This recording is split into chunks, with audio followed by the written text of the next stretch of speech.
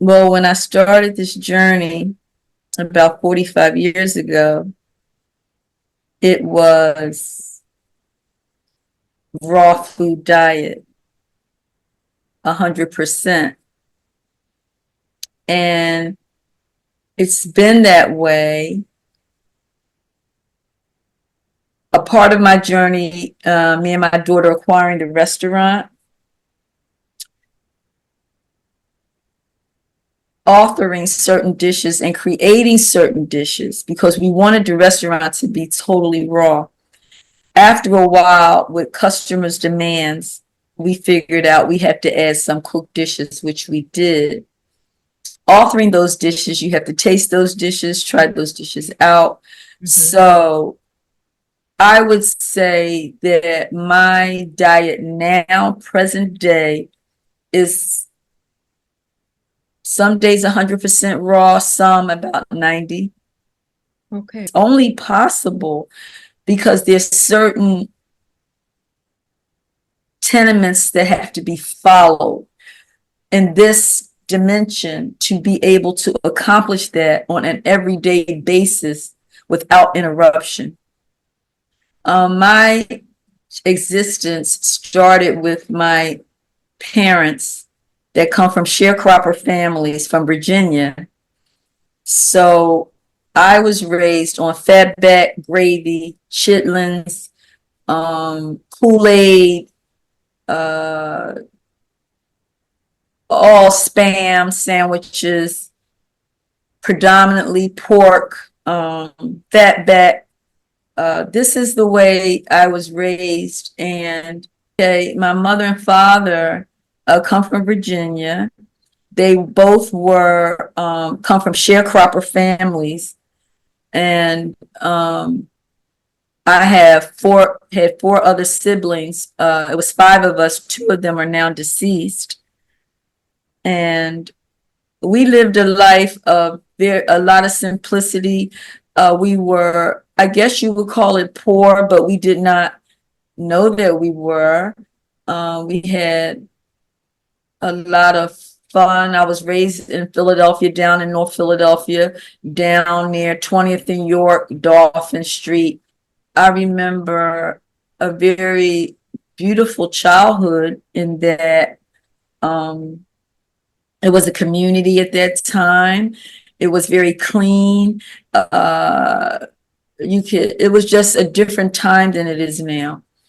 Our food, like I said, was made by my mother, and it was homemade everything, homemade biscuits, homemade pie, um, fritters, soups, but it was predominantly potatoes, beans, um, fatback, usually because we didn't eat that much chicken. That was more expensive. So we didn't eat that maybe once or twice a week, maybe, but it was usually some type of a pork thing. Um, right now, coming up out of the five children, I was not that, I was the sickly one of all five. So I was very like sickly, usually, usually like earaches, my sore throats. I'm always having something wrong, that I have to lay in the bed or something like that. My other four siblings didn't have any of that. I was primarily, when I started working at 15, my diet was primarily because I had money now to eat junk. So I ate a lot of sugar and fast food, in addition to what I was eating at home. I was not what they would call healthy, probably, but I was strong enough to do things like jump double dutch for hours every day. I ran a lot. I did a lot of running. However, I had those bouts of not feeling well. And also, I think I had more or less maybe like a sleep disorder, where it was hard for me to get up. So they wouldn't have considered me healthy, probably, but I was strong enough to do certain things, like jump rope for like 6 hours a day or stuff like that. But when I was down, I was down. I had a lot of cavities because I ate so much junk. Um, it was just a up and down thing. So when I was good, I was good. I could jump, run, do all of that. But when I was going through something, because my immune system, I know now, was weak, I'd be laying down in the bed. My sister was just talking to me about that the other day. She said, it's amazing how you are now, because I remember when we were coming up, how sickly you were. From what I'm understanding, you considered all of this to be normal. Even the times when you weren't feeling your best, it was just your norm. Yeah, that was my norm. I didn't think anything about it. So It's just, what happened to make you reconsider that possibility? well, the first thing that happened was I got married very young at the age of 20. It was just me, and I didn't have any children then. And I remember my neighbor was a Muslim girl, and when we would talk, she would say, "Oh, what did you eat last night?" And it was always something pork related, because at that time I wasn't into cooking. I did not like the kitchen or to cook. So my mother-in-law always cooked, so I ate there. So she would say, "What did you have?" And it's always pork related. And she would say, "You're not supposed to be eating pork. This is wrong." And I actually thought she was a little crazy, because in my world, that's the predominant meat. So you're telling me that that's wrong. So I just looked at her like, you don't know what you're talking about. But I didn't tell her that. I just listened, but I wasn't going to change anything.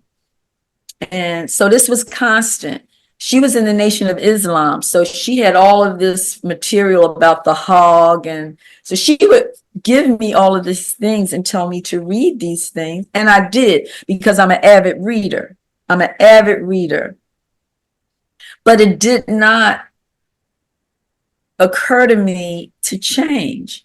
I didn't want to change because I enjoyed eating 3 rows of lemon sandwich cookies. I enjoyed eating Geno Giants, because that's what it was back then, or Burger King when that came out, which was like, I guess I was in my teens when I saw the first fast food restaurant, Geno Giant. Then later came like the Burger Kings, and so I didn't want to, and like my consciousness couldn't hear her.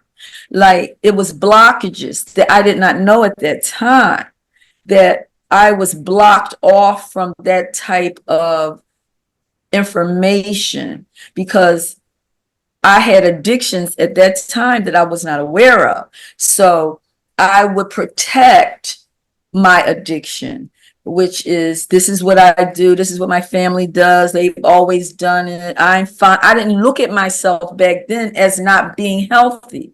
Addiction is such a strong word to use. Yeah, and that's what I was, but I didn't realize it. I thought I was normal, because, okay, so what if I eat 5 glazed donuts in a day with a Mountain Dew? So what? That ain't no big deal. And I mean, this was like what I did. I had a severe addiction to sugar, and fast food. And like I said, I don't want to be in the kitchen cooking anything. So I want to eat out. Okay. I want to feed my addiction, which at the time I did not know that it was. But what she did do, she had an extensive library. And one day I just picked a book, and it happened to be by Gregory, Cooking with Mother Nature. That is what changed my life. That's what changed my life. And it's really interesting because my life from a child is reading library books. My dad would take me, and you could get 12. I would get all 12. Read them, couldn't wait to go back. So I am not surprised that my transformation came from a book. Was there one thing in particular that you read that just resonated with you? Because you said all along this woman had been talking to you. Yes. And you weren't connecting. No. But you read something. Yeah. And what I read was that if you take certain things out of your diet, you'll be a new person. You'll be different. And I felt that I needed to be different. One of the reasons was because me and my husband would bicker a lot. And in the book, it said that it would change your attitude. And I felt I needed that.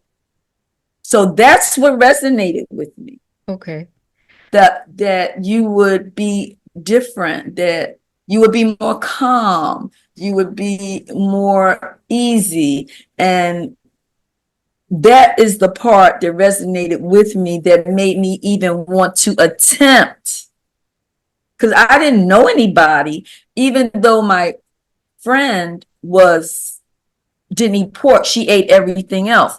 She ate sugar, she ate beef and all of that. She just didn't eat pork. So the sugar thing, she ate a lot of sugar too. So I'm hearing that at some level, there was some dissatisfaction. Yes, with myself. With yourself. Yes. And this book offered you a way to change. Yes. So the book offered me that, but I didn't really know anything about that. So I'm reading it, and I don't, it's like it's foreign to me in a way, because he maps out what you have to do. So I remember leaving my friend's house, going in the bedroom, reading the book in about it was a little paperback. And then I came out and said to my husband, I'm changing my diet. I was very excited, very excited. He said, why would you do that? I'm like, because it said that it's good, it's going to help you. And he said, well, I don't know why you want to do that. And you don't know anything about it. And I'm like, well, we'll see.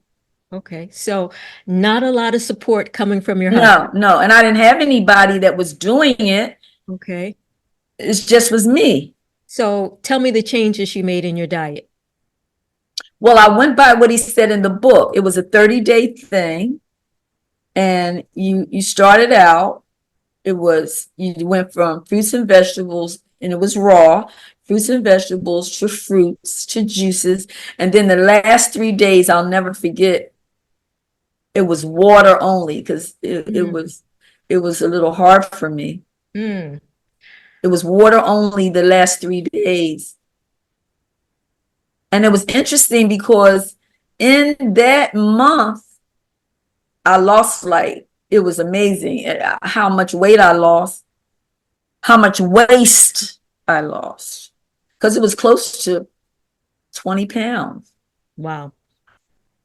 Because I went down from 120 something to 100. Wow. And I got a lot of negative feedback about that. A lot of negative feedback. What kept you going? Well, most people were telling me how bad I looked, and I looked like a crack addict. And it was really hard, because usually a woman is attached to what she looks like. So when people start saying, oh, you look really bad, or you're so skinny, or what happened to you, and things like that, the only thing that made me move forward was the way I felt, even though I did look pretty scrawny and I didn't look good at all. That was true. But however, the way I felt was amazing. So that's what kept me moving. I didn't like the food though.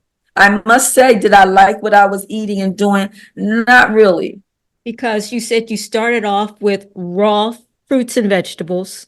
Yeah, Then totally different from what I do. So I didn't like it. I didn't like the food, because what are you eating? Fruits and salads. Did I like fruit? Fruit was good, but it just was salads, and I didn't at that time know how to make anything. There was no restaurants I could go to because most of the vegetarian or vegan restaurants serve soy or some type of wheat, gluten, something.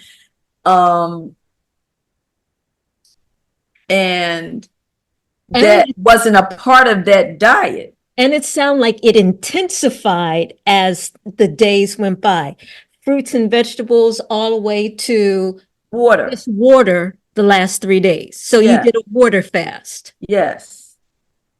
At the end of 30 days. And you felt different. I was different. So I couldn't even step on the roach if I saw it on the floor. Because of you didn't want to kill a life? I didn't want to kill a life because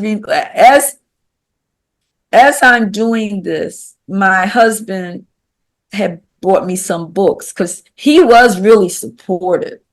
He was the only one that did not tell me I looked bad. He just would say, "How you feeling?" Mm-hmm. Because I still had to make his dinner and his food. Oh, so you're still frying up pork chops? I'm doing all of that. Going shopping, buying all of that. Wow. None of that changed. Wow. The only thing that changed is I was adding what I was eating. But as far as my household, it still had soda, ice cream, cake. And you could walk past the temptation. Yeah. That's pretty impressive. Yeah, I walked past the temptation. So because the question is, what happens on day 31? You've done 30 days, you've ended right. a 3-day fast, water fast, Right. and now it's the next day, the day after all of this. What do you do? How do you decide to eat? Okay, well, I'm eating salads. At that time, I wasn't eating any salt. So the only salts that I were eating were seaweed salts, like kelp powder, dulse powder, wakame. So that was the only salts that I ate. Salads. That was basically it. Because at that time, like I'm saying, I didn't know anybody doing this, and I didn't. First of all, I didn't even like being in the kitchen or cooking anything. So I had certain things I had to do, which was cook for me and my husband, but that was the bare minimum because we would usually go to his mother's house. So now I have to make my own salads because I'm no longer eating at his mother's house. So he just would say, well, make me something. And so I make rice-a-roni, gravy or something, and some type of vegetable. So your diet doesn't sound that appetizing. It wasn't. It doesn't sound flavorful. It wasn't. It doesn't sound like it was that you would look forward to eating. And no, it wasn't any of that because it was a new world for me. I don't know basically what I'm doing. All I know is these fruits and vegetables is what I'm eating. That's all, and juicing and nuts and fruit. So that was my window. So I'm not going outside of that window. Sounds like you have a lot of discipline. Um, most people would say that I do. Um, I'm driven. I'm a person that's driven and has been, when you look back at yourself and I see as a child, I was driven. That time I was driven to get good grades. So I'm driven. Um, I'm jumping double dutch. I'm driven to be the best double dutch jumper. I'm driven. I'm playing jacks. I'm going to be the best jack player. That's how I've always been. So I guess it's just carry over. And not only that, so as I'm reading more about this lifestyle I'm beginning, now I'm opening up. So I'm opening up the fact that I'm different because I don't want to argue with my husband anymore. Oh, so let's stop. You felt as though there was a change in your attitude in how you felt as a Yes, result of changing your diet. So the things that you were looking for, that change that you were looking for, you actually saw it when you changed your diet. I saw it, and then I it was a little like sad for me because now how do I protect myself? Because if an argument ensued, now I can't argue with you. So at that particular time, I may go to myself and like cry a little bit because now what do I do? Because before, how I would fight back, because you say this to me, I'm gonna say that to you. You say that to me, I'll say that to you. I can't do that now. Now what? So now I'm in a place where how do I protect myself against things like that? So, but what I loved about it was that I couldn't muster up that type of energy to fight like that. So I couldn't muster up that type of thing to go back and forth, back and forth. So I just would be quiet. Now, the danger in that is that people can take that for weakness, which kind of like happened to me. Um, but what can I do about it right now? Nothing, because I don't know what to do. So you're not seeing this as a religious, spiritual type of conversion. This is all. Not yet. See, the spiritual part comes later. Now, the only thing that I'm doing is more like about the food. It's like the food, the food, the food. I have to do this. And I'm not, because at this particular time, I hadn't started meditating yet. This is just the food like propelling me, but I noticed that certain things I couldn't do that I used to do without a problem. I can't do this anymore. Like, say, for instance, when me and my sisters and my mother would get together, suppose like my older sister who was having problems, we would talk about her. That's not nice, but that's what we did. Well, it got to a place. No, that came later. That came later. So right now, it's like I'm doing the food. It's changing me, but I haven't looked at it as a spiritual thing yet. So are you just finding more books at this point to get more Yes, information? I'm finding more books. And that's what I started doing, finding more books. When I would go to Essenes down at Fourth and Monroe, they had this like magazine, and in that magazine, they would talk about certain books. Then I found this group of people. They were Caucasians, and they did raw food from this paper. So now we're fast forwarding because that's a little ahead.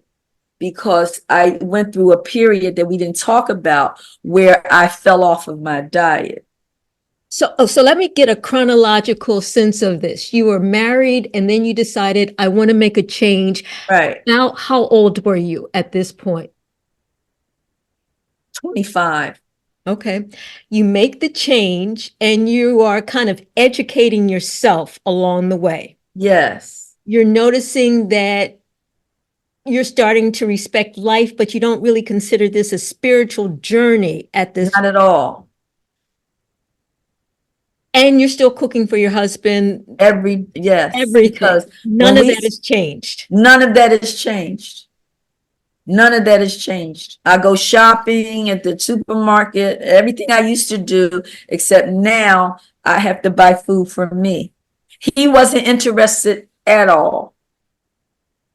All right. But you like what you were feeling, and so you said, I'm going to continue. Yes. But I didn't like the food, but I liked how I was feeling. All right. And basically at this point, it's raw salads. Yes.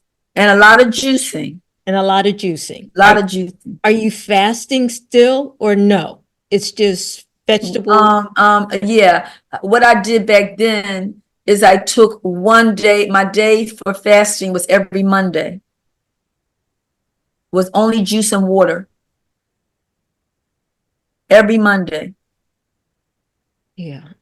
Sounds like a lot of discipline. And I was working at the time, so it was like I had a lot of flack on that end.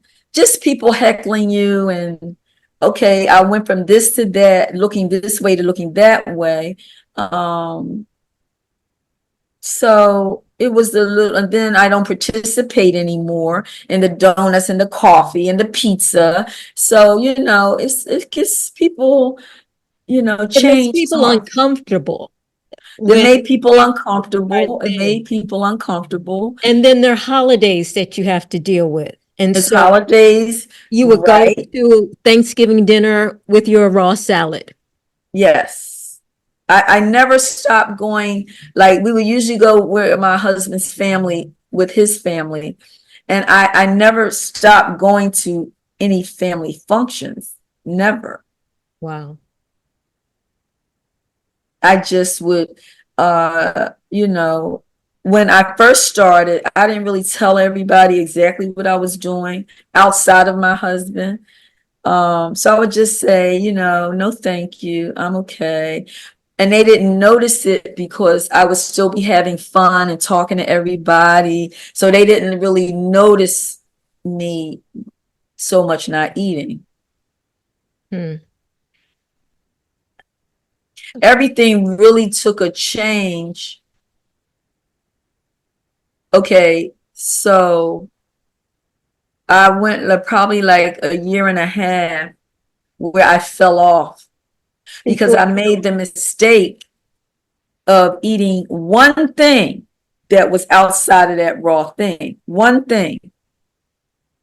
And that was, I think it might have been McDonald's. I think it was a fish fillet. I think I ate a fish fillet and it was all over.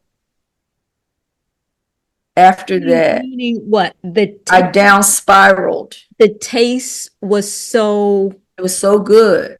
So good because it was flavor. What I'm hearing is what you had been eating was bland. Yes. And you finally had something that was tasty and good. And that was my world. That fast food and sugar, that was my world. So I down spiraled. After that, I went back to eating chicken. I was eating ice cream, but I still was juicing and I still would have a salad. But I added all of these things. I just couldn't help myself. I was just like, one thing just led to another. I was not happy with myself about it, but I still, in my addiction, which I hadn't really recognized yet, it's just like when an alcoholic, when they say, you can't have one drink. Now, I learned later on through my journey why they say that, why they say don't have that drink. If you are a foodaholic, they say, don't eat that piece of cake. I know, oh, I'm just eating it just this one time. No, you're not. Because you have to face the fact that you have an addiction. Now, you can deal with that, or you can decide not to deal with that. Mm-hmm. You can say, oh, I'm going to eat cake when I want to. I don't do it all the time. Okay, that's fine. So what I did when I ate that fish fillet, it down spiraled me, and I couldn't get out at the time. I just went down. I couldn't get out. And I would say the next day that I was going to get out, but that next day it never came. Yeah. So Until I got pregnant with my daughter. Now this is the next phase. okay, so you were following this raw vegan diet for over a year and a half. Right. Then you spiraled down. Right. And nothing changed until you became pregnant. Then I was very disappointed in myself because I had already, from the readings I had did, I already had said that when I have children, I want to be raw food vegan. Wow. Even though people around me were saying that's stupid because you have to have some animal food. For so the protein, that's right. That's what people would tell me when I said what but I didn't believe them because I just couldn't believe that I had to eat dead animals to have a healthy child. I couldn't believe that I had to eat dead animals to have a healthy child. Wow. There is so much more to discuss. To be continued.